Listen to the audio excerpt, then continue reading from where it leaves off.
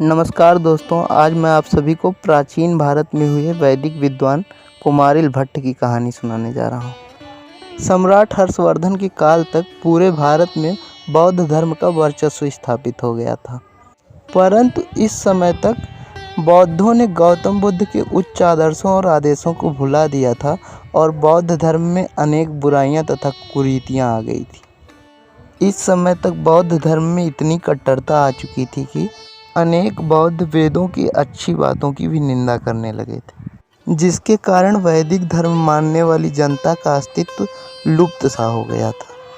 इसी काल में कुमारिल भट्ट का जन्म हुआ।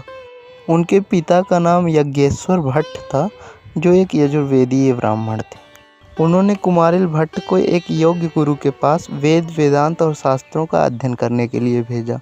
अपनी कुशाग्र बुद्धि के कारण वे जल्द ही वेद शास्त्रों में प्रवीण हो गए।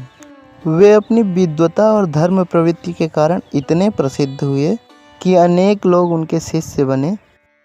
उनके शिष्यों में से कुछ उल्लेखनीय नाम इस प्रकार हैं: विश्वरूप, प्रभाकर मिश्र, पार्थ सारथी, मुरारी मिश्र और मंडन मिश्र। प्रभाकर मिश्र और मुरारी मिश्र को आज भी मीमांसा दर्शन के क्षेत्र में योगदान देने के लिए याद किया जाता है। इसी प्रकार कुमारिल भट्ट के शिष्य मंडन मिश्र भी उस काल के सर्वप्रसिद्ध विद्वानों में से एक नाम बनकर उभरे, जिन्होंने आदि गुरु शंकराचार्य के साथ ऐसा शास्त्रार्थ किया जो आज भी सर्वप्रसिद्ध शास्त्रार्थों में से एक माना जाता है। कुमारिल भट्ट वैदिक धर्म के अनन्य भक्त थे। बौद्ध युग में वेदों की गिरी स्थिति को देखकर उन्हें बड़ा दुख होता था, अतः उन्होंने वेदों के पुनरुद्धार करने का बीड़ा उठाया। इसके लिए उन्होंने वेदों में वर्णित कर्मकांडों के महत्व को स्थापित करने के लिए मीमांसा दर्शन के भाट्ट मत का प्रतिपादन किया। वैदिक धर्म का प्रचार करते समय उन्हें यह अनुभव हुआ कि लोग वेदों के सत्य को सुनने और समझने का तभी प्रयास करेंगे जब बौद्ध धर्म की कुरीतियों का खंडन किया जा सके। इसके लिए वे एक बौद्ध धर्माचार्य श्रीनिकेतन के पास विद्यार्थी के रूप में गए और बौद्ध धर्म का अध्ययन करने लगे। एक दिन श्रीनिकेतन ने विद्यार्थियों को पढ़ाते समय वेदों के लिए बहुत सी अपमानपूर्ण बातें बोली और तीक्ष्ण शब्दों में वेदों की आलोचना की, जिसे सुनकर कुमारिल भट्ट इसका उत्तर देना चाहते थे, परंतु वे ऐसा न करने के लिए विवश थे, अतः उनकी आंखों से आंसू निकल आए। उनका यह भाव देखकर अन्य बौद्ध विद्यार्थियों को उन पर शक होने लगा और वे उन पर कड़ी दृष्टि रखने लगे। इस प्रकार कुमारिल के बौद्ध सहपाठी उनसे चिढ़ने लगे और उन्हें पाठशाला से निकालने के लिए युक्ति सोचने लगे। एक दिन कुमारिल एक मंदिर की ऊंची दीवार पर बैठकर विचारों में निमग्न थे। उसी समय कुछ बौद्ध विद्यार्थी वहां पहुंचे और उन्हें धक्का देकर गिरा दिया, जिससे उनकी मृत्यु हो जाए। इस घटना से उनकी एक आंख में बहुत चोट आई, परंतु उनके प्राण बच गए, जिसके फलस्वरूप उनके मन में बौद्ध धर्म के खंडन और वैदिक धर्म के मंडन का संकल्प और भी गहरा हो गया। इसी संकल्प के साथ वे नगर नगर घूमकर वैदिक धर्म का प्रचार करने लगे। इसी क्रम में वे सुंधवा नामक एक बौद्ध राजा के नगर में पहुंचे। राजा सुंधवा तो बौद्ध धर्मानुयायी थे, परंतु उनकी रानी वैदिक सिद्धांतों को ही मानती थी। जब कुमारिल भट्ट चंपा नगरी में टहल रहे थे तो उनकी भेंट राजा सुंधवा के माली से हुई। माली ने उन्हें राज दरबार और नगर की परिस्थितियों से अवगत कराया और साथ ही यह भी बताया कि राजा तो वैदिक धर्म के प्रचार का समर्थन नहीं करेंगे, परंतु रानी वैदिक धर्मावलंबी हैं। उनकी सहायता से यह कार्य आसानी से किया जा सकता है। एक दिन कुमारिल भट्ट राजभवन के नीचे से जा रहे थे, इतने में ही उनके कानों को चौंका देने वाले शब्द सुनाई दिए। उन्होंने ऊपर देखा तो उन्हें झरोखे में बैठी रानी दिखाई दी। वे बड़ी ही उदास और चिंतित मालूम पड़ती थी और बार बार कह रही थी, क्या करूं, कहाँ जाऊं, वेदों का उद्धार कौन करेगा। ऐसा सुनकर कुमारिल भट्ट ने रानी से कहा, हे रानी, शोक न करिए, मैं कुमारिल भट्ट हूँ और मैंने वैदिक धर्म के पुनरुत्थान का संकल्प कर लिया है। रानी एक महात्मा को देखकर और उसकी बातें सुनकर अत्यंत प्रसन्न हुई और उन्हें विस्तार पूर्वक बताया कि महाराज मुझे बौद्ध धर्म में दीक्षित करने के लिए बड़ा आग्रह करते हैं। अब तक तो मैं किसी तरह बची रही, परंतु अब लगता है कि मुझे वैदिक धर्म त्याग कर बौद्ध धर्म ग्रहण करना ही होगा। इस समय मेरे ऊपर धर्म संकट का पहाड़ टूट पड़ा है। रानी के मुख से ऐसा शब्द सुनकर कुमारिल ने उन्हें सांत्वना दी और साथ ही उस समय तक बौद्ध धर्म में व्याप्त हो चुकी अनेक बुराइयां तथा कमजोरियां रानी के समक्ष प्रस्तुत की। कुमारिल भट्ट ने रानी को बौद्ध धर्म का खंडन करने के लिए अनेक उत्तम युक्तियां बताते हुए कहा कि ये सब बातें और युक्तियां तुम प्रसंगवश कभी कभी राजा को सुनाया करना, जिससे उनका चित्त बौद्ध धर्म से बदलकर वैदिक धर्म के सत्य मार्ग की तरफ आने लगेगा। रानी स्वयं एक विदुषी थी, अतः उन्होंने कुमारिल भट्ट की बताई सभी युक्तियां हृदयगत कर ली और जब भी राजा सुंधवा उन्हें बौद्ध धर्म ग्रहण करने के लिए विवश करने का प्रयास करते तो वही बातें वे राजा के समक्ष एक एक करके रखने लगीं।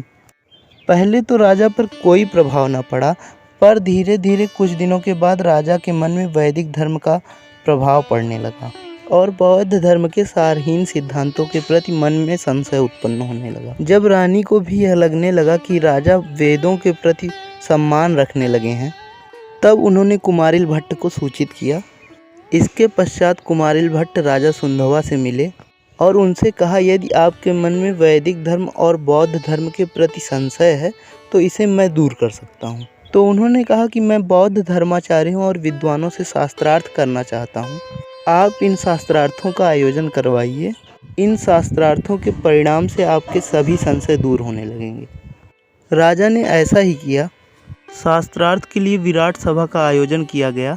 बड़े बड़े बौद्ध विद्वान व धर्माचार्य निमंत्रण देकर बुलाए गए। एक ओर बौद्ध धर्माचार्यों का दल बैठा और दूसरी ओर तपस्वी आचार्य कुमारिल अपने दल के साथ विराजमान थे। राजसभा जिज्ञासुओं और दर्शकों से भरी पड़ी थी। इसी समय निकट के ही एक आम के पेड़ से कोयल कूकने लगी। उसकी मनोहर कूक से सभा मंडल गूंज उठा।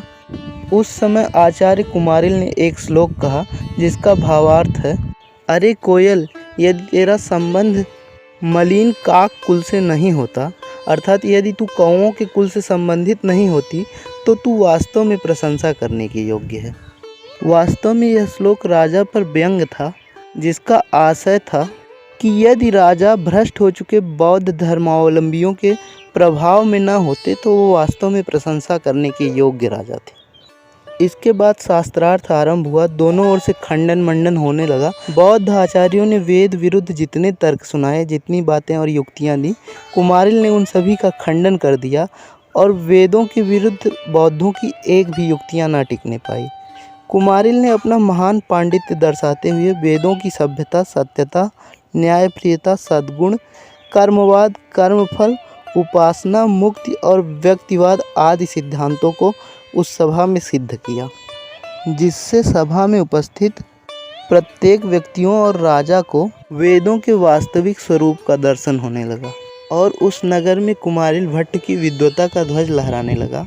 राजा ने बौद्ध धर्म छोड़कर वैदिक धर्म अपना लिया और वैदिक धर्म के प्रचार प्रसार में जुट गए। ऐसा माना जाता है कि इन्हीं राजा सुंधवा ने आदि गुरु शंकराचार्य को भी वैदिक धर्म के प्रचार प्रसार करने में सहायता प्रदान की। इसके बाद कुमारिल भट्ट पूरे भारत में घूम घूम कर वैदिक धर्म का प्रचार करने लगे और साथ ही बौद्ध धर्माचार्यों से शास्त्रार्थ करने लगे।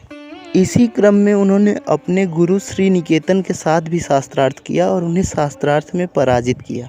ऐसा माना जाता है कि इसी पराजय की ग्लानि के कारण श्री निकेतन ने आत्महत्या कर ली, जिससे कुमारिल भट्ट को बहुत दुख पहुंचा। उन्होंने स्वयं को सत्य छिपाकर विद्या ग्रहण करने और अपने गुरु को ही शास्त्रार्थ में पराजित करने के कारण अपराधी समझा। इससे हुई ग्लानि के कारण 63 वर्ष की आयु में प्रयागराज में उन्होंने तुषाग्नि अर्थात भूसी की अग्नि में जलकर आत्मदाह करने का निश्चय किया। इस समय तक आदि गुरु शंकराचार्य वेदों और उपनिषदों पर अपने अनेक भाष्य लिख चुके थे और वेदांत मत का प्रचार प्रसार करना चाह रहे थे, परंतु उन्हें यह ज्ञात हुआ कि आचार्य कुमारिल भट्ट की इतनी ख्याति है कि वेदांत का प्रचार प्रसार तभी किया जा सकता है जब कुमारिल भट्ट स्वयं उनकी रचनाओं और भाष्यों पर समीक्षा करें अथवा स्वीकृति दें, और यदि मतभेद हो तो शंकराचार्य उन्हें शास्त्रार्थ में पराजित करें। शंकराचार्य इसी निश्चय के साथ आचार्य कुमारिल भट्ट के पास तब पहुँचे जब वे अपना आत्मदाह कर रहे थे।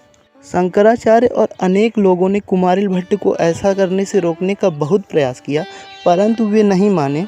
जब शंकराचार्य उनके पास पहुँचे थे तो उनका आधा शरीर जल चुका था, अतः उन्होंने खुद शास्त्रार्थ करने में असमर्थ बताया और शंकराचार्य को अपने शिष्य मंडन मिश्र के पास भेजा, जिसके बाद शंकराचार्य ने मंडन मिश्र को शास्त्रार्थ में पराजित किया। दोस्तों, इस प्रकार कुमारिल भट्ट ने धर्म और समाज कल्याण के प्रति अपना संपूर्ण जीवन अर्पित कर दिया। उनकी विद्वता के कारण उनका नाम आज भी सम्मान के साथ लिया जाता है। श्लोक वार्तिक और तंत्र वार्तिक जैसी उनकी रचनाएं आज भी सर्वप्रसिद्ध हैं। दोस्तों, आज के लिए इतना ही। कृपया वीडियो को लाइक करें और चैनल को सब्सक्राइब करें। धन्यवाद।